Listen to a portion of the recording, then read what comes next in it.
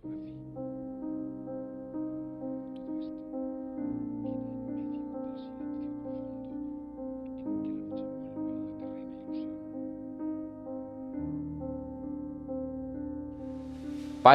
akronim dari Pasar Yosomulyo Pelangi, letaknya di Jalan Kedondong, RT 21, RW 07, Yosomulyo Metro Pusat. Pasar Yosomulyo Pelangi adalah sebuah pasar jajanan kuliner tradisional yang buka setiap jam 6 sampai jam 11 di hari Minggu. Ada 50 pedagang dan sudah berumur 4 tahun karena kami dideklarasikan pada 28 Oktober 2018.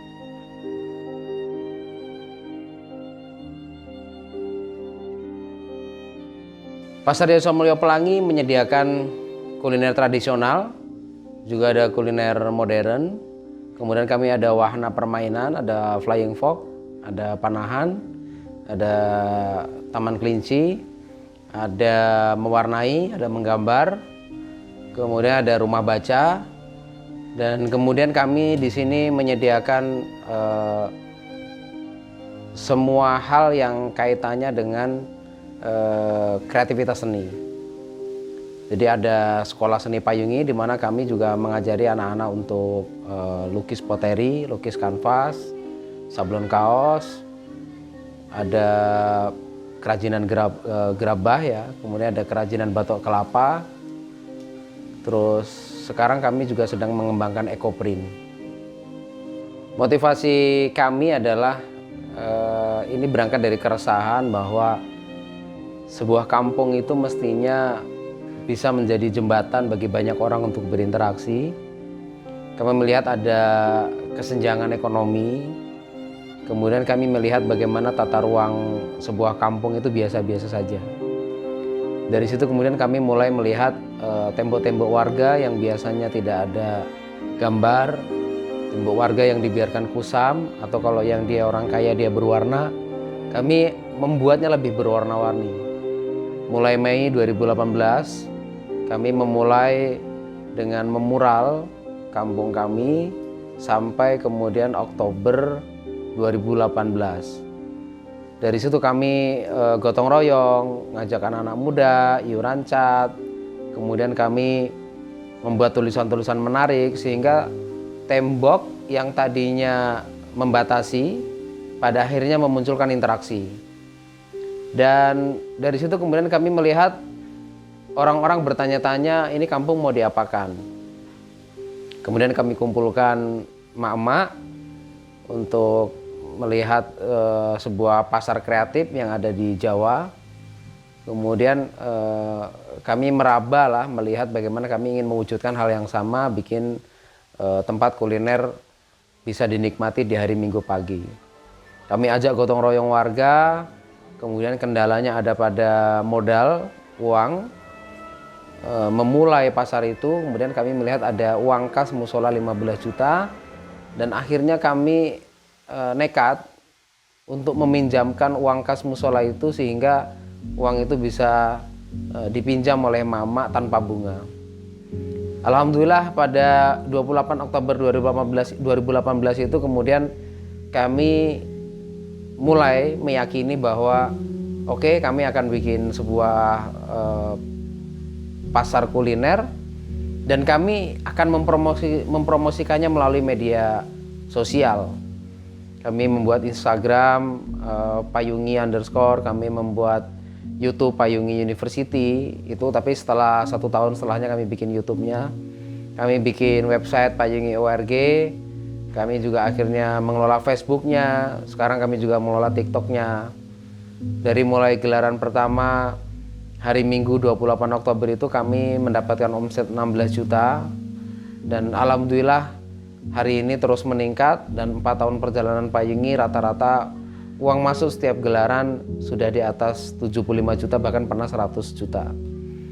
Dan inilah yang kemudian kami sebut sebagai pemberdayaan, di mana orang-orang yang dulu kita gerakkan sekarang menjadi penggerak, orang-orang makin punya daya, orang-orang makin punya kekuatan, orang-orang makin punya power, Karena yang disebut dengan pemberdayaan ya orang makin berdaya, yang disebut dengan empowering orang makin punya power.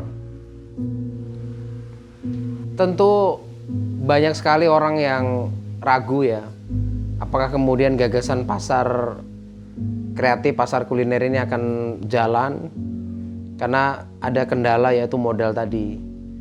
Dan jalan untuk kemudian kami melihat bagaimana mak-mak berani dagang adalah kas dari musola yang kemudian kami pinjamkan. Dan kami juga, ya saya berani dianggap gila karena apa iya kemudian dari mulai kampung warna-warni lalu kemudian kita bisa bikin pasar kuliner gitu. Tapi inilah pemberdayaan, namanya pemberdayaan tadi kita harus mendorong terus perubahan-perubahan dan digerakkan dengan basis kesadaran. Kami setelah gelaran pertama itu kemudian merapatkan barisan dengan terus melaksanakan kegiatan-kegiatan rutin yaitu gotong royong setiap Sabtu, tapi kami setiap malam Kamis berkumpul, kami ngaji, kami baca Quran, Asmaul Husna, sholawatan, kemudian ya ada tausiah, motivasi agama dan ekonomi, kemudian kami ada diskusi ringan membahas bagaimana perkembangan payungi di masa depan. Dan mama yang dulu tidak yakin itu hari ini tumbuh dengan baik. Tentu problemnya juga banyak sekali, dari mulai komitmen, dari mulai bagaimana kami menghadapi keterbatasan, tapi konsistensi kami dalam mempromosikan pasar ini melalui media sosial pada akhirnya juga membuahkan hasil. Dan 1 tahun Payung itu kami mendorong sebuah pendidikan transformatif yang disebut dengan Payung University tadi. Payung University yaitu sebuah sekolah alternatif, ada sekolah desa, sekolah penggerak perempuan, dan sekolah seni payungi, di mana dari situ semua level usia di kampung ini mulai tumbuh dengan baik. Dan tentu ini banyak sekali pengorbanan, dari mulai penggerak, bagaimana meluangkan waktu, bagaimana menyelesaikan konflik antar pedagang, bagaimana kemudian kita mencari terobosan, bagaimana kemudian kami melatih mereka untuk terus memberikan inovasi.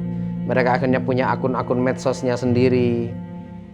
Dan dari sekolah desa itu kemudian kami juga melatih banyak orang dari berbagai daerah datang kampung kami menginap 2 hari 2 malam. Dan yang kita bahas bagaimana mereka belajar desain Canva melalui HP.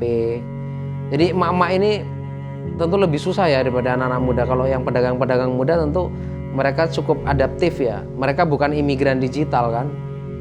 Kalau anak-anak muda itu memang digital natif mereka kan. Tapi kalau emak-emak ini, emak-emak zaman biyen, emak-emak zaman dulu ya, emak-emak Jambi, itu pada akhirnya kami harus pelan-pelan menemani mereka. Mereka akhirnya bisa bikin konten sendiri. Hello guys, jangan lupa datang ke Payungi setiap hari Minggu jam 6 sampai jam 11. Dan itu emak-emak yang dulu tidak yakin dan mereka sekarang omsetnya luar biasa. Ada yang omsetnya dari mulai awal 200.000 sekarang bisa 2,5 sampai 3 juta per gelaran. Ada yang omsetnya bisa melejit sampai 5 sampai 6 juta. Bahkan ada yang omsetnya 8 sampai 10 juta. Dan ini adalah wujud kesyukuran. Payungi orientasinya bukan uang, tapi Payungi orientasinya adalah spiritualitas. Bahwa semakin banyak orang yang menyadari arti penting pengorbanan, semakin banyak orang menyadari arti penting perjuangan, dan mereka memberikan yang terbaik, menanam kebaikan untuk Payungi, maka Payungi akan terus juga mendapatkan hasil yang maksimal. Dan perjalanan 4 tahun Payungi adalah perjalanan bagaimana kita semua adalah super team. Kita bukan Superman. Kita semua adalah kesatuan keluarga, kesatuan komunitas, dan Payungi akan terus berinovasi, dan kita tidak tahu apa di masa depan yang akan kita lakukan lagi dan lagi. Bagi saya yang penting dalam sebuah pemberdayaan itu adalah anak muda. Karena anak muda itulah sumber energi inovasi. Anak muda yang kemudian menyadari bahwa umurnya adalah umur produktif. Dia bisa mendayagunakan skillnya, terutama skill-skill digital, kemudian skill-skill kreatif mulai dari seni, teknik, kemudian bagaimana bisa memadukan kebudayaan masa lalu dan kebudayaan hari ini. Dan anak-anak muda ini terus berupaya mempromosikan apa yang menjadi keyakinan dia. Dan saya kira ini masa depan Indonesia dipegang oleh anak-anak muda yang terus menyadari bahwa pemberdayaan adalah satu gerakan, pemberdayaan adalah masa depan, sehingga anak-anak muda itu akan berbeda dengan orang-orang tua. Jika orang-orang tua selalu bicara masa lalu, maka anak-anak muda akan terus bicara masa depan. Dan Payungi terus memberikan ruang bagi anak-anak muda untuk terus belajar, tidak hanya sekedar membaca teks, tapi anak-anak muda di Payungi juga belajar tentang konteks. Dia tidak hanya berteori, tapi dia juga melakukan praktek-praktek sosial, dan dia akan menemukan banyak sekali value, dia akan banyak menemukan wisdom, dan dia akan menjadi manusia yang terus berproses dan menjadi manusia yang otentik dan memiliki pengalaman-pengalaman yang organik bagi masa depan dia. Dan anak-anak muda Payungi adalah energi yang tidak bisa dibayar dengan uang. Tanpa anak muda, kita tentu akan sulit sekali membayangkan bagaimana Payungi bisa terus berjalan. Dan kita mengajak semua, siapapun, dimanapun, datang ke kampung kami, datang ke Payungi University. Kita belajar bersama, kita merumuskan kembali bagaimana desa-desa yang ada di Indonesia itu harus menjadi halaman depan pembangunan kita. Jadi desa tidak menjadi halaman belakang pembangunan, tapi desa harus menjadi halaman depan pembangunan Indonesia.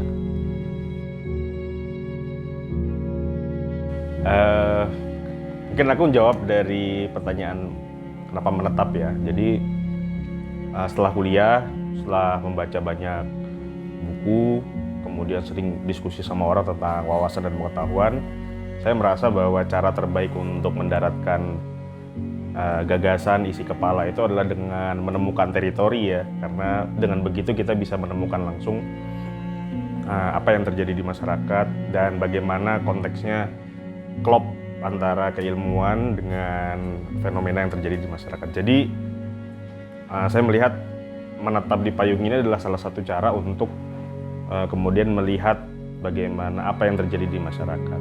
Kemudian keputusan untuk bersama teman-teman mengelola kampung kreatif ini adalah saya pengen melihat bagaimana sebuah konstruk di masyarakat itu bisa dikerjakan secara kolaboratif, secara gotong royong, dan itu terasa banget di Payungi bagaimana interaksi kita antara tim kreatif, kemudian emak-emak pedagang, kemudian masyarakat umum, dan mereka yang bersinggungan dengan kebijakan, komunitas-komunitas lain, itu terasa banget. Jadi poin penting dari bergabung jadi tim pengelola itu adalah saya jadi banyak belajar dari orang banyak yang ada di kota ini. Dan lebih jauh lagi nanti kalau ke kota lain atau ke mereka yang ada di pusat ya, kita bisa mengenalkan, kita bisa ngobrol dan berbagi pengalaman tentang apa yang kita lakukan di Payungi. Saya sangat bangga sekali menjadi bagian dari emak-emak Payungi, dan dampak saya dari Payungi ini adalah terutama dari perekonomian. Saya dapat membantu perekonomian keluarga, dan juga saya mendapatkan banyak ilmu, bisa bersosialisasi dengan ibu-ibu yang lain. Karena jualan itu hobi aku dari kecil, dari umur 3 tahun itu belum ngerti apa-apa, kata ibu, aku minta pas ulang tahun minta dibikin warung, katanya kayak gitu. Kemudian kenapa pengen jualan sama mama, selain karena ingin nambahin uang jajan, aku tuh tertarik sama keramaian. Jadi aku nyari keramaian, ternyata salah satunya ada di Payungi. Terus aku login, aku daftar ke Payungi gitu. Dan mama di Payungi itu baik-baik, jadi nerima aku gitu, support, selalu ngasih saran.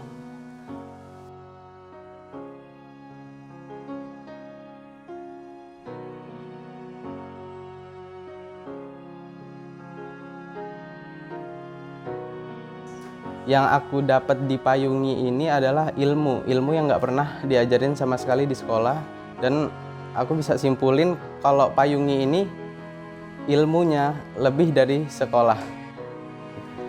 Aktif, Kreatif, gokil. Nah, Payung itu tuh benar-benar berisi sama orang-orang kreatif. Apalagi foundernya itu benar-benar keren karena bisa menggerakkan masyarakat untuk membangun perekonomian di kampung ini. Dan juga kampungnya itu benar-benar kreatif. Dan di saat aku dan teman-teman datang ke sini itu benar-benar mendapatkan ilmu dan disambut oleh para masyarakat dengan baik. iya betul banget. Terus selama kita di sini, kita juga ngerasain banget tuh dimana kekompakan warga-warga sekitar sini yang membuat Payungi itu semakin berkembang. Keren deh pokoknya.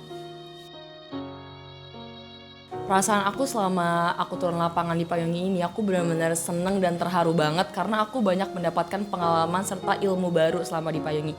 Tapi ada satu hal yang aku dapetin di Payungi, yaitu tuh kebersamaan. Yang aku tangkap itu Payungi itu tuh bisa sukses seperti saat ini itu dikarenakan kebersamaan para masyarakatnya, baik ibu-ibu, bapak-bapak, pemuda, dan juga anak-anak yang ada di Payungi ini untuk mencapai kesuksesan sehingga Payungi bisa mencapai titik sekarang ini. Iya, dan semenjak beberapa bulan kita ada di sini, kita tuh ngerasain banget. Bukan cuma kita yang ikut berkontribusi dalam perkembangan Payungi, tapi juga Payungi memberikan ilmu kepada kita yang gak kita dapetin di dunia perkuliahan. Harapan saya ke depannya, saya ingin terus membersamai Payungi, dan harapan saya untuk Payungi ke depannya, Payungi terus ada sebagai salah satu wisata yang terkenal di kota Metro, menyumbang devisa negara dan dapat terkenal di seluruh antero Nusantara dan mancanegara. Hidup Payungi.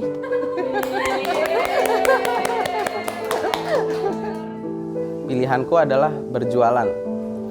Semua orang itu punya pilihan, kita mau jadi pengangguran itu hak kita mau jadi bos itu hak kita mau jadi dokter juga itu hak kita. Tidak ada yang salah dari sebuah pilihan, yang salah adalah ketika kita memilih kemudian kita mengeluh.